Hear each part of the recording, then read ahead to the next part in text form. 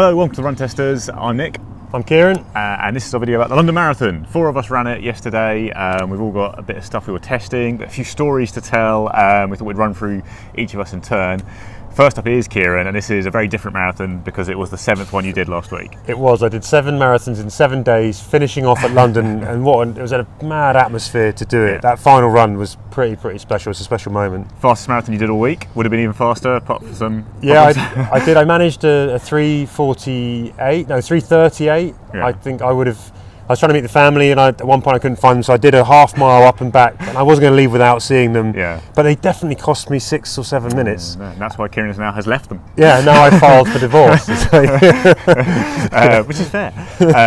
So obviously, given that, you weren't going out all guns blazing testing kit in particular because you'd done 6 marathons, but I think it's really interesting, as a big fan of the Endorphin Speed 2, that having used 6 different shoes in the week, you then chose to reuse the Endorphin Speed 2 on Sunday. Yeah, so for each of these marathons, every day I had a shoe that I was going to try, and it was really interesting to see back to back that kind of intense running where you're putting in that distance every day, legs get more tired. Yeah. To see how these shoes kind of compared. And actually, this on the 7th day, I had a choice of which shoe to go back to. Yeah. And the Speed 2 was it, primarily because it's got a perfect balance for me.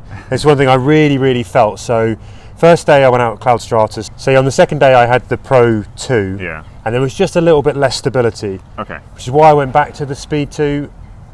And again, at the London Marathon yesterday, it just kind of runs through that sort of middle line of being enough kind of punch and response, but without bringing that instability that, you know, if you're running on tired legs where you might be sort of rolling slight edges, you know, the tendons around the knees, these little creaky bits that if you're just off after that kind of distance, that a number of days back to back, that's where the problems come. Muscles are fine, it's tendons basically that are a problem. So I think probably feel similar. Like if I was going all out a race marathon, I'm not going to use the Endorphin Speed. I'm going to use sort of complex shoe. But truth be told, I think I could run a very fast marathon in the Endorphin Speed. I really think it's a good racing shoe. Yeah. I think you feel the same now probably. And I felt that. So if you think about yesterday, I went out at maybe kind of 8.5, close to sort of 9-minute miles, which was the kind of plod pace that I was doing the other marathons. Yeah. And then yesterday towards the end, I felt brilliant. Don't know why. And for the last 6 miles, I was sort of ticked up and I was doing 7.5-minute miles. But right now would be my kind of marathon pace, really, and based on the training that I've got. And this shoe just held its own from that start to that finish pace. And yeah, I think actually as well, if you had a choice of one shoe that you had to go and run a marathon where you weren't really sure what you were going to get, there was a danger that you might sort of fall off the pace or you'd run a little bit less sort of in good form. This shoe will handle that. It's got you. It's got its little arms around you, giving you a lovely little comfy cuddle from slower pace right through.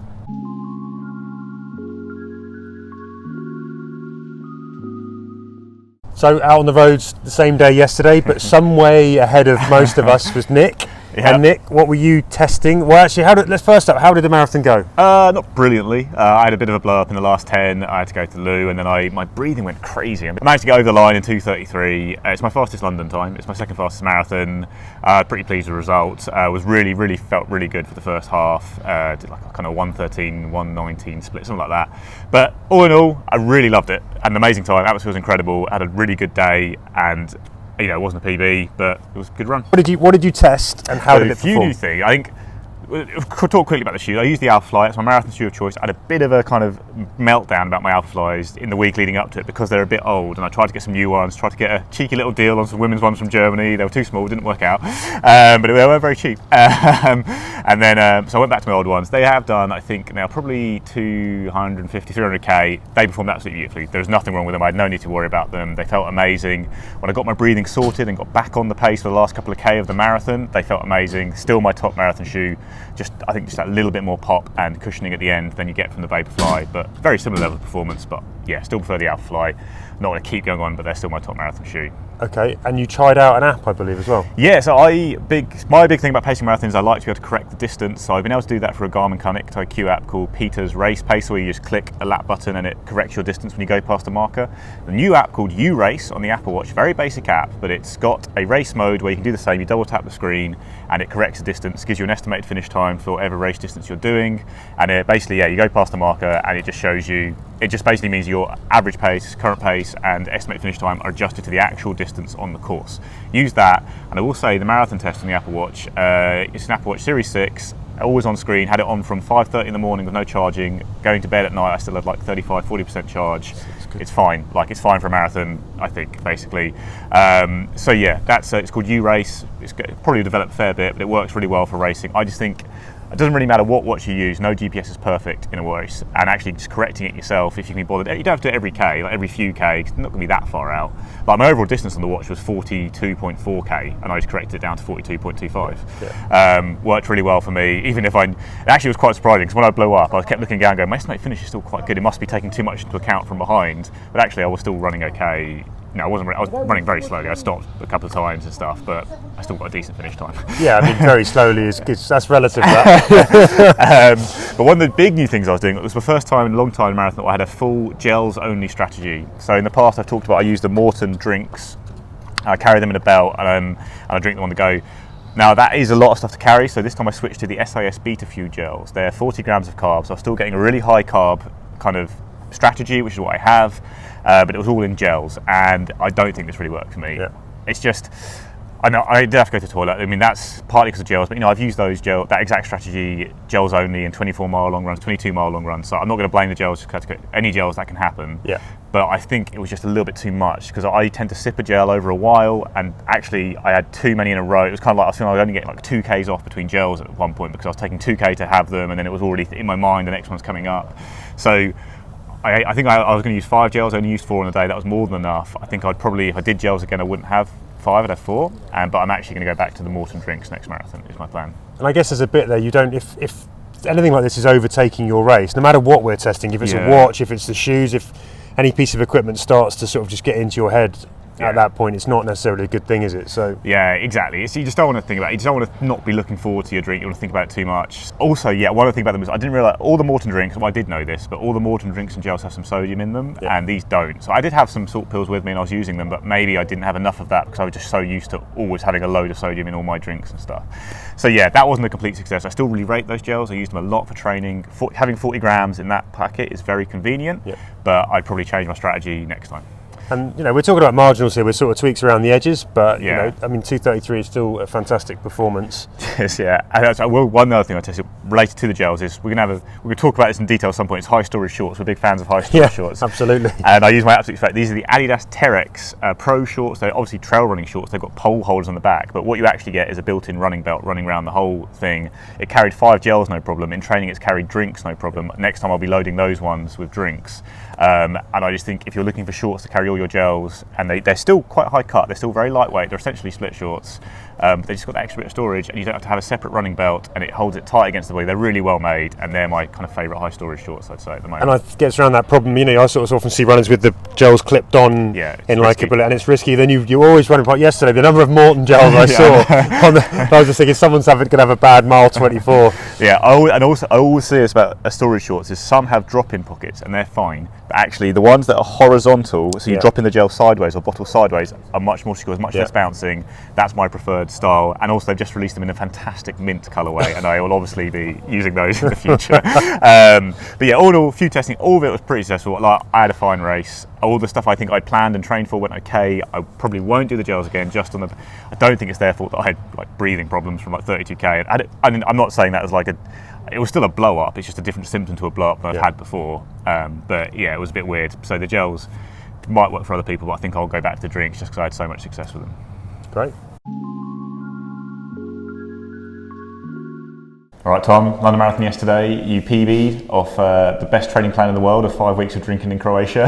Well, it wasn't just 5 weeks of drinking in Croatia, there's a lot more drinking that surrounded the Croatia trip. So no real training plan, no real long runs, but you went out and PB'd. What did you run? So I finished with a 3:25, which is 8 minutes on my previous PB from 2 years ago. And you were probably on for a quicker time, but your calf went, didn't it, quite late? So I was on a 4:30 kilometre pace up until 30k, feeling great, or 32k, and then my calf, which seems to be going most races now, just popped, and then I just held on for the last 10k, but yeah, I think if I sort my calf out, next PB is going to be a good one. Do some long runs, maybe. Just do some training. Maybe stop going on holiday, do some long runs, Anyway, brilliant time. We'll talk shoes quickly first. Now, as a shoe you've always talked about as your favourite marathon. You haven't been able to run a marathon in this shoe until now, right? Not an official one. So I've trained longer distance in the Vaporfly 1, but I bought the Vaporfly 1 quite shortly before lockdown, the first lockdown. So never got a chance to do a marathon race in it because this is the first marathon I've done, first road marathon I've done since 2 years. And you love the shoe? It worked really well for you? Yeah, I think it was a bit of a toss-up actually for this race because I had the Vaporfly, which again is the same position. I've got that and I haven't ran a marathon in it, and I've got the Vaporfly, so it was a toss-up between those two. I went for the Vaporfly just because I always say it's my favourite shoe, so I wanted to see that over the marathon race distance. Yeah. But I obviously it worked for me, but I did feel that for the first half of the race I got a lot from it. I really enjoyed running it, and later on I didn't feel like I got a lot from it, and maybe with the Vaporfly, because there's a bit more cushioning, a bit more there, that I might have felt a bit more sort of support and bounce towards the later stages of the race. One to try next time. Yeah. And also in a new twist this time, you actually did some fueling. You did some gels. You did a pre-drink. Oh yeah, I did a bit of fueling. Yeah. So it was a precision hydration drink and gels you used. So what kind of did you use? What strategy was it? So the strategy was before the race, I had the 30-gram carbohydrate drink. Yeah. So I had a bottle of that before the race, and I just drank that for like 2 hours before the race. And then I had 4 30-gram the new precision hydration carb gels, which is slightly smaller ones that they've just been released. And I think you told me I didn't really have a plan. You suggested something before the race, so I did one at 8k, 17k, 26k, and 35k. Nice. So I just went through all of those. Worked a treat, yeah. Nice. So that's good. So you're fueling last good jet, then went down. You had water. Do you have to have water those, right? Yeah. I did. Well, I sporadically was drinking water throughout the course. Yeah. So you're going to be using gels again next time. I'm glad you're coming on board the gel train a little bit more. I'm fully on board the gel train now. Yeah. And then last thing you were testing that was new was some headphones, right? Yeah. So I was testing the Skull Candy Push Ultra headphones, which I've not. This is the first time I tried them for a marathon, which is a bit of a risk. Yeah. Take some headphones for a marathon, but they're really good. Sounds great. No issues with the battery at all. Connectivity issues, and they've also got a nice feature on them, which I'll do a full review on this when I've properly tested them, where you can speak and it recognises your voice and you can say skip and back and forth, which I haven't really used yet, but a couple of times in the race. Really nice little feature. Meant I could get past a few kind of boring songs as I was struggling. And then it's very loud on the marathon. The crowd was crazy. Are they noise cancelling or anything, or they block out stuff passively? It's got ANC in it, so it's got awareness. You can use. I didn't use it because I didn't want to hear anyone yesterday. I was in my own sort of pain zone, just wanting to get through it. But yeah, you've got both options in there. Brilliant, nice one. Okay, great marathon. Well done. Cheers.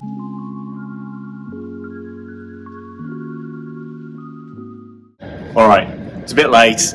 This is not exactly how we planned it. It's fair to say we've been out for a while, but I'm here with Jane and we're going to do a quick marathon recap, mainly talking about shoes because Jane changed her mind about her shoes the night before, and partly because Tom. Message. Probably I put it in the Run Testers channel what shoe I was running in, the Nike Tempo Next %. Yeah.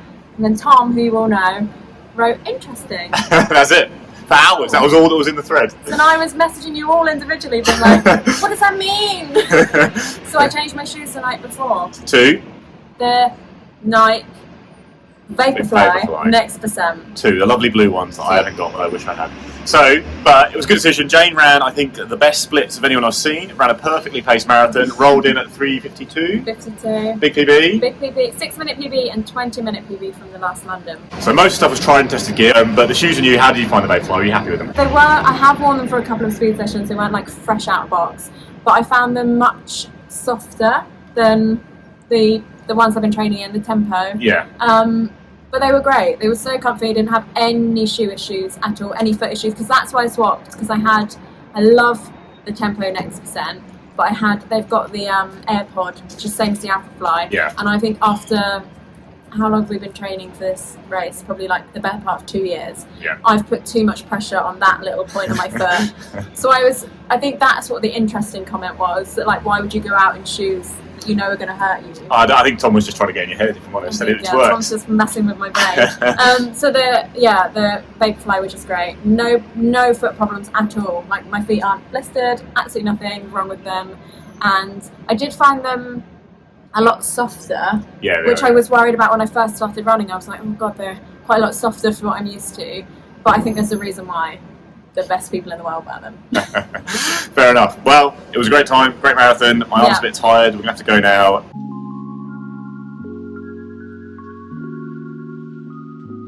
So that's it, guys. That's a quick run through of our London Marathon experience. Were you at the London Marathon? Please let us know if you were. What did you use? What do you use any new kit that you think, oh yeah, this is my perfect kit, I'm using this every time from now on? Or did you have anything you really hated? Let us know in the comments below. And if you did any other kind of marathons recently, let us know about that as well. Yeah, or if you're thinking about kit and you want to ask questions, do that also. But like and subscribe as well, that's important. Ring the bell, like, subscribe, all those things. And yeah, we'll see you next time.